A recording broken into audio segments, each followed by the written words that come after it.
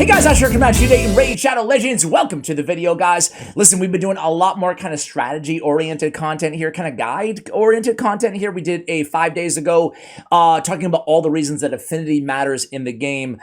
We did all the reasons that position order of your champions matters in the game, and there's a lot more than you may think. If you missed those videos, I'll have them linked, by the way, for you guys.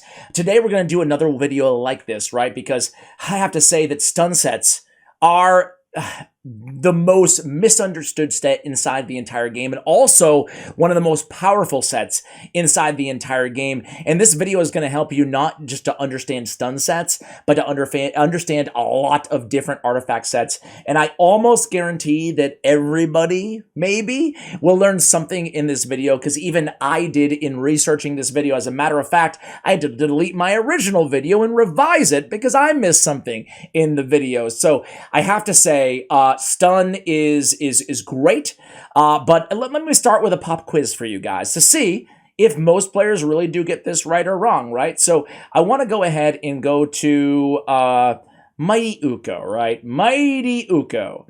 On the A2, if Mighty Uko is in a stun set, how many chances does Mighty Uko have at landing a stun? Well, if we looked at Raid's little, how set bonuses work, right, we would say multi-hit skills have a single chance of applying debuffs to each target. If a skill hits 3 times, you do not have 3 chances to apply the debuff. Okay, so by that logic, we would have 1 shot at landing a stun. However, the correct answer is 2. We have 2 shots at landing a stun off of this A2. That doesn't make any sense. That's because nothing in this game makes sense. But you know what? We'll get to that in just a moment. Let's go ahead and rewind and talk about how amazing the stun set is, right?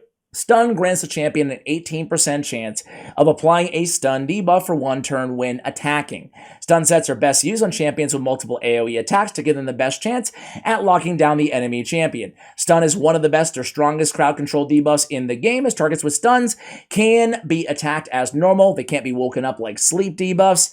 This is especially powerful in the arena. Not only that, but they also don't, their skills don't go, the cooldown. The cooldown is paused on their skills as well. So, of course, stun, next to petrification, which is only on Mithril Lifebane, is by far and away the best CC set in the game. If we go to, freeze, for example, freeze has any enemy under freeze, it's the same as stun, essentially, except for one big difference. If a champion's under freeze, they're only going to take 75% of the normal damage they would have otherwise received. So freeze has some damage mitigation. Of course, sleep, as we know, from a champion like Prince Kaimar, it's a great ability. It's nice in some niche scenarios, for sure. It's great in Sand Devil, but if you do any damage to an enemy under sleep, well, they can be woken up, right? And then, and they're woken up and they're no longer CC'd, right? What about Fear and True Fear, right? Well, the Fear and True Fear, it has a 50% chance of making the enemy lose their turn. So on Harvest Jack, for example, we have True Fear on the A3 ability. Now, what's the difference between Fear and True Fear? They'll have a 50% chance of losing their turn under Fear. They'll have a 50% chance of losing their turn and putting that skill on cooldown under True Fear. So Tree Fear is a new one, but True Fear, that's how it works.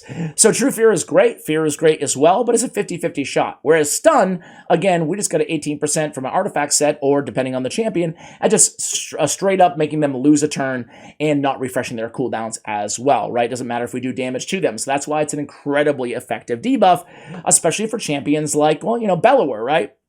Champions with either an AoE on their A1, we can just keep hammering away like Soban Boyer, or a champion with an AoE on every single attack or multiple AoEs. We don't even need accuracy. So stun sets do not require accuracy. Doesn't matter if the enemy has 1500 resist and you have 10 accuracy, you still have an 18% chance of landing that stun, okay? Now, on a champion like Bellower, probably a bad example. We want him with accuracy anyway, right? But if we have another champion that we don't require accuracy for, well, it's nice to not have to worry about it, right? We don't have any accuracy. It's going to land right off the set. And we don't have to worry about jacking that accuracy up to like 6, 7, 8, 900 in the arena. Even 200 accuracy, it's not going to matter. We're going to have a chance at landing that stun. However, that 18% can go up to a 23% chance of landing a stun. How do we do that? Let me just go ahead and pull up any random champion that I know that I have built in stun. Almost all my rares, because of Doom Tower Secret Rooms, are built in a stun set, I feel like. So let's go ahead and go to Elhain here. When we go to our masteries, we have Fearsome Presence. Increases the chance of placing a stun, sleep, freeze, fear, well, you can read them all, by 5%. That brings it from an 18 to a 23% chance at landing on those stuns. That is fantastic. However, a major misconception that, and I quadruple checked this. I asked every content creator I know, and then I asked the smartest players in Raid as well, just to confirm before I put this out, because I see this comment, and I don't mean to pick on anybody here, but Aries, War Master actually gives a slightly better chance than Fearsome Presence Mastery for stun sets and provoke sets. Because stun set from a provoke or a stun has a chance to proc from the ability used. Then, if War Master procs, the artifact set has another chance to proccing stun. Essentially saying that if you go with War Master, not only will you get a chance for that extra damage, but you'll also get an additional chance to get that 18% stun. Again, everybody that I spoke to personally, and based on some play testing, again, I'm only one person, I never ever saw that. It would also totally negate the use of Fearsome Presence, right? For the reasons that he outlined there. But I see that comment everywhere. Not the case. It does not proc on a War Master, okay? It procs on an effect, on an ability that the champion, or a skill that the champion is using. Wow, a lot to get to here on a stun set, right? So that's how it works. Of course, some champions, like Syl the Drakes, and this is important to note as well. Let's actually read the information here. Artifact sets have a chance to apply debuffs without taking the resistance and accuracy check into account. So again, we already talked about that. We don't need accuracy. Let's go right over here. Artifact set debuffs and debuffs from champion skills are two independent processes. What the heck does that mean? Well, let's just keep reading for a moment here. For example, a champion has a skill with a 50% chance of placing a stun and is equipped with a stun set of artifacts that provides an 18% chance of placing a stun with each attack.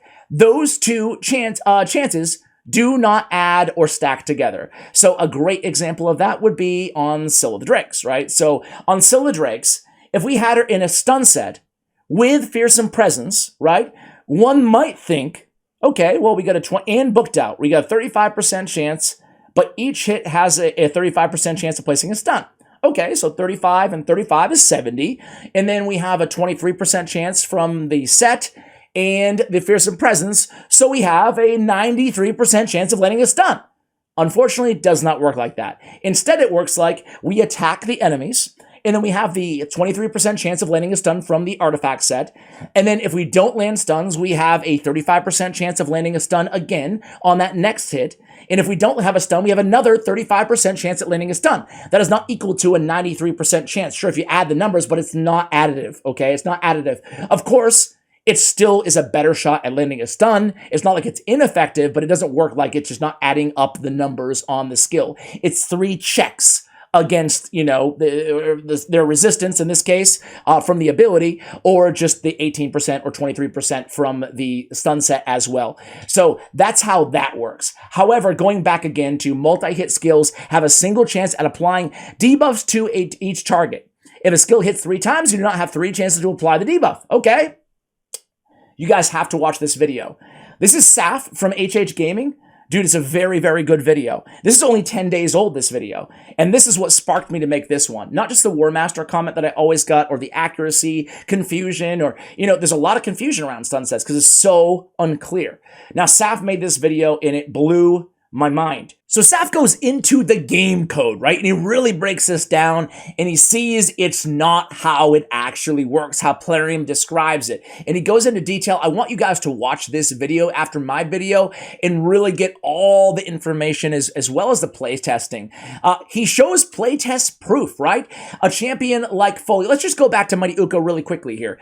Even though he's attacking all enemies 2 times, he's also having 2 effects here. Each hit has a 100% chance of removing 2 random buffs from the target, whereas the A1 attacks all enemies, and then we have 1 effect, 1 hit. Here we have 2 effects, 2 hits, because each hit has a chance of removing. We're also placing the block buffs and stuff like that, but essentially, you guys get what I'm saying here? We have 2 effects happening on this ability, ergo, we have 2 chances at stun on this ability. He goes in there and he actually play tests it, okay? Let's listen in for a second here, but again, I'm going to link the video, guys. Go ahead and give him some love. He's a really, really intelligent dude. Got double hit A2, quadra hit A1, and a 4 hit at random. He's perfect for testing these scenarios. According to the player website, I only have 1 roll of toxic on each skill, right? I can place toxic 1 times 75%, 1 times 75%, and 1 times 75%. As you can see here, I've got him in toxic gear. Let's go test this in a boss, because a boss will give us a single target scenario. We can test it on the wave as well. So I can run this through, like for example here, we can just hit these waves here, and you'll see that no matter how many times I try and use this A3, he's never going to actually place more than one toxic on a specific target. No matter what I do, we can keep running it. Obviously, it's very difficult when there's multiple targets, but I can keep running it. He's never going to place more than 1. Okay? Even if I hit this one here, only 1 chance. Now, if that was basically every single attack has a chance to apply the toxic, it would be almost guaranteed. Okay, so he goes on to say, poison, 0.0, let's see, so simple math, 0.003% chance I don't provide a toxic. Hence that certain multi-hit abilities don't do it, but that's because he's got 1 effect, 4 attacks, not 4 effects, 1 attack. See here. That was the important line, right? 1 effect, 4 attacks. Only a chance at landing 1 poison. If it was 4 effects, 1 attack, you would have 4 shots at landing the poison. You can basically just do this. No toxic again. Now, obviously, we don't need accuracy, so it doesn't really matter. That's the A1. Attack another target. Got 1 that time, but no, it was never 2, because in this instance, that A1 and A2 is a 1 effect, 4 attacks. So let's just watch what happens on this A3 here. We should get 1 attack, drop turn me to 2nd attack. So 2 effects, 1 attack. 2 effects, 1 attack. We'll get the 1st toxic, 2nd toxic. So according to the website guide, that should not be possible. It's a multi-hit ability, but it's because there are 2 separate effects, and this is massively going to be game changing. Now, how do you determine which champions are actually multi-hittable and which ones are not? Well, that's something that only the game code can show you, because it's based on the effect quantities. And that's the problem, right? Only the game code can really black and white tell us who has more effects, what is coded as an effect versus not an effect. And unfortunately, we just don't, I mean, we do know if you data mine every single champion, but Plarium really needs to make this more clear for everybody. What I can tell you is Mighty Uko has 2 chances at a stun on that A2. It is not, because I feel like there's one camp of players that will say, hey, multi-hit attacks, you get 1 chance at a stun. That's it. That's what I thought, right? There's another group of players that say, no, some multi-hit attackers have 2 chances at landing a stun from a stun set. And the truth is everybody's kind of right. It just depends on the game code and how they coded each individual champion, including, how they coded their effects versus how they coded their attacks. So I hate to leave you with some murky details. This is a perfect time to really take a deep dive into this and check out the SAF video, guys. I hopefully with all the information I was able to give you about stun, at least you have a better understanding at exactly how stun works, both as a debuff, it's incredibly good, and from artifact sets. Thank you guys so much for watching, and as always, take care, guys.